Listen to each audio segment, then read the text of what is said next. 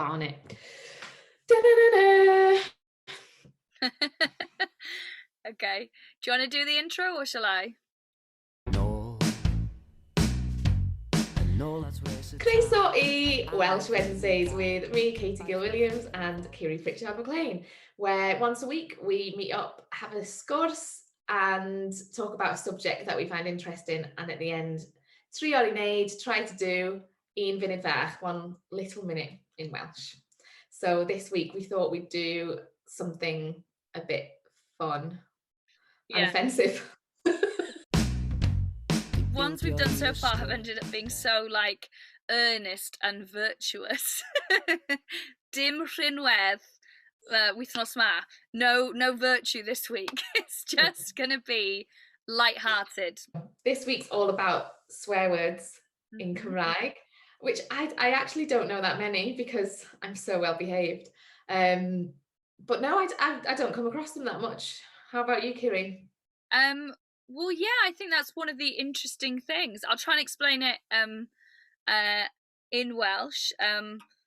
Mae'n anodd I dysgu rhegi, gair rhegi. Rhegi ydi swearing, swear. Achos pan ti'n dysgu Cymraeg, athrawes, dim yn dysgu heddiw dosbarth.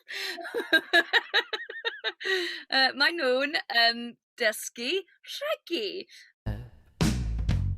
Dwi'n meddwl mae'n bwysig achos dwi'n meddwl mae'n clywed natur I rhegi yn y sgwrs. Ti'n dallt? Yeah, dwi'n deall. So, yeah, you were kind of saying you wouldn't have a formal lesson. Like the tutor's not just going to bang out a load of swear words. But that's what we're here for this week. Yeah. But yeah, it is important because if you want to fit in on the streets, you got to know the lingo, I guess. They're like phrases sometimes, aren't they? Rather than like isolated words. I don't know if you found that. Yeah, dwi'n cytuno. Rhegi yn Cymraeg ydi fel yn fel cerdd bach. They're like little poems. Yeah. And I think that it shows that there's a natural poetry to the language. And also I think it shows that there's a natural, like, playful sense of fun inside the language. So people say there are no swear words in Welsh, which isn't true. And it's because the ones that they think of feel, some of them are from English, you know, like fuck or fucking, or, you know, depending on which dialect you're using. A fuck is what we say in Bangor. Proper Bangor, like what the fuck, F-O-C, or pissio, yeah, you know, like, so those are bastardizations, I guess, but that's so people go, oh, they're new invented things because there wasn't any in Welsh. That is not true. There are swear words in Welsh. I think there aren't loads and loads because I think they fall into different categories. I think they're these like almost like haiku funny sayings, almost like idioms. Language was really being hit hard. One of the places that preserved it was a capel, and you know, the chapel is not going to encourage you to swear. It just isn't. You know, you hear a lot of like, oh, Iesu Mawr, or, you know, Iesu Grist, which is, Iesu Mawr literally means big Jesus, and Iesu Grist is Jesus Christ. So you hear those around a lot. But weirdly, blaspheming apparently isn't seen with the same severity that it's seen in sort of religious English-speaking constituencies, you know, like circles, communities. So I think it's really interesting that you have these like funny little phrases, loads of agricultural terms, and then outside of that they're like swear words that have been sort of taken from English. The English words, I bet they're like not originally English either. I kind of think the sounds of them, like the onomatopoeic sounds of some of the swear words, they do sound a bit nomadic, Viking, gruntle, almost like glottal. Yeah. And there's I think you're right. There's a melody and a poeticness that runs through just the Welsh language. Like, I know it's such a dull word and we cyfrifiadur, but I loved learning that because it took me about fucking a whole term. But also, I just love the bounciness of it. And you hear that so much within the language. But yeah, I wonder how much English swearing doesn't really belong to it. Well, probably all of it, to be fair. But cocoin, ti'n gwybod cocoin? Is it a sheep's willy? Or oin ydi sheep dafad, oin is lamb, so it literally means like lamb's willy. Back to the cocoin. And cock. Cocoin, dwi'n meddwl, cock, C-O-C, isn't from the English. It's from a word that also, probably Brythonic, that has gone into the English language as opposed to the English has gone into the Welsh language. That's what I heard anyway. Do you want me to teach you some Welsh swearing that I found? Yes, I'd love to. Well, you teach my mind. What you teach me what you know, and then I've got quite a lot of them. Wel, sgen I ddim llawer o geiriau drwg, really. So, nes I dysgu hen jadan. So, you hadn't heard this one before, but... No, I know old, but the jadan, dwi ddim yn gwybod. Yeah, so, hen jadan yn disgrifio like an old bitch.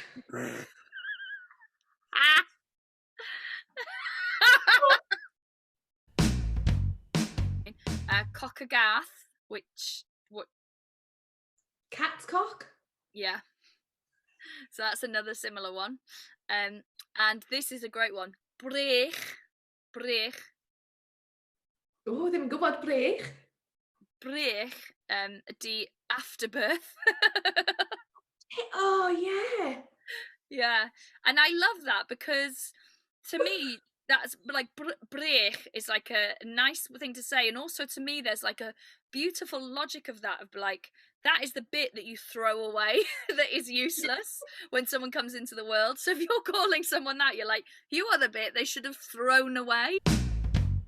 So also fel rhech mewn pot jam. Oh, like afterbirth in a pot of jam?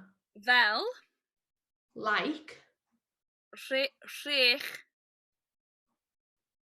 Dwi'n meddwl rhech. R-H-E-C-H. Rhech. I don't know what that is. Mewn pot jam. Rhech is a fart. Oh God. What, like a pot of jam? So it's like a fart in a jam jar. It basically means that you're useless. Dim gwerthu rhech dafad. Don't fart like a sheep smile. Gwerthu is worth. Okay, yeah, okay. Gwerthu. Not worth. Rhech dafad. A sheep's fart. That's a good one. With slebog. No. I've heard that. Or slebog. It literally means slut. Yeah. Like the word slut. I know. Look, I'm so like, preach all this feminist stuff, but I'm like, bitch, slut. But got a good slebog. Slut, I think, comes from slattern originally in English, and a slattern is literally a phrase for a woman who didn't do a housework. So like didn't clean behind the fridge was the famous. I think a UKIP councillor called a room full of women sluts because he didn't think that they were cleaning, or did it as a joke, and everyone was like, babes. I think my sex life's all right, but my house can still be filthy. Well, do you know what? There's been times where I've been having a absolute desert, and I've still got sluts wool fucking wall to wall, mate. Dos I chwarae efo dy nain. Yes, dos as in go and play with your nana. Yeah. Goes in, but it's like, oh, go and play with your 9. Like, oh, dos I chwarae efo dy 9. Like, just, it's sort of like, piss off and go and play with your grandma. Monad. I like, God, I was like thinking something else that is so, I have just watched Game of Thrones though, and there's a lot of dodgy shit goes on in that. Min dŵr. Go water. Min, M-I-N, dŵr. Oh, you see, like Min, you see on street names a lot, Minivorth. What is Min? Well, I think in that case it must mean something different in this, but in this context it's an erection, and it literally means when you're too drunk. The literal translation is a watery erection, when you're too drunk to get it. Cer I graffi literally means go scratch, and it's like, oh, get piss off. It's like, go scratch. Kiri graphic. Oh, crafi ydi scratch. Yeah, so and grafi is the mutation. So yeah. Glinio fel ceilliau ci. I don't know what that is at all. Something about a dog. Yeah. Sglinio is like shiny. Yeah, sglinio. Sglinio fel. Shiny like a dog's what? Ceilliau. And I only know this word because it's in a joke I wrote for an episode of a radio series about Welsh learners. Ceilliau. Yeah, ddim yn gwybod. Testicles. Oh God. So shiny like a dog's testicles. It's literally the equivalent in English would be like, oh, it's the dog's bollocks, as in like, okay. Oh, it's amazing. It's shine like a dog's testicles. So rhywbeth I dathlu. Yeah. Something to celebrate. So wythnos dweitha, mae Kiri yn wedi rhoi gair newydd I fi, felly dwi'n meddwl fy'n tro I rhoi anreg I ti hen yma. So mi ges I gair newydd am ti. Mae gair ydi mynegu. So, ti'n gwybod mynegu? Na. Gair gret achos mae'n deall. It understands that, it doesn't make sense. Ond, it means express. So, dwi'n meddwl geiriau rhegi yn pwysig achos ti'n medru mynegu fy hun trwy defnyddio nhw. Some pobl ddim yn swnio da y gwbl pryd maen nhw'n rhegi. Mae'n swnio ja yn just afiach. Ond am some pobl, mae'n naturiol hardd. Nes I dysgu gair o ti. Swnio hardd a dim cerdd. Cerdd? Fel cerdd? Poem, yeah. Yeah. So, dwi'n meddwl rhegi yn cael lle yn y hanes pwysig. No, that was great. So I think you're saying that that they're good because they're expressive, and some people hate to hear them, but some people use them very easily, and it's just, it's like a natural way of speaking. And you're saying that they're important as well because, well, they have their place in history. Yeah. And I think that was everything. Yeah, it was. I think I'm glad you got the place in history because lle hanes, I don't know if that works, but it's like, remember you describing that railway thing, you just put the words like tracks. You just think, yeah, that'll make sense, that'll do. Dwi'n dysgu lawr geiriau newydd achos dwi'n gwneud paratoi am what's Sena. Oh, there's a word for like chapter or episode. Episode. Pennod? Pennod, yeah. A pennod o Welsh Wednesdays am dan Rhegi. Mae'n ddiddorol iawn I dysgu lawer o rhegi dod o ffermio a I geiriau defnyddio ar y fferm a geiriau arall fel cerbir. Wel, dwi'n meddwl mae llawer o cerdd yn rhegi Cymraeg a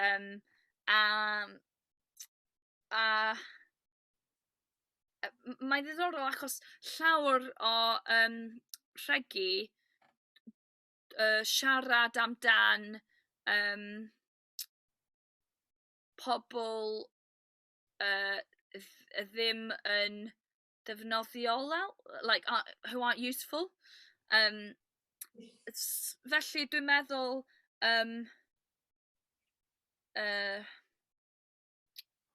pobl ar ôl, na dim ar ôl, o'r blaen, like in the past. What's that? O'r blaen is usual, isn't it? Ers, that's since, isn't it? Yeah. Dwi'n meddwl pobl yn hanes defnyddio rhegi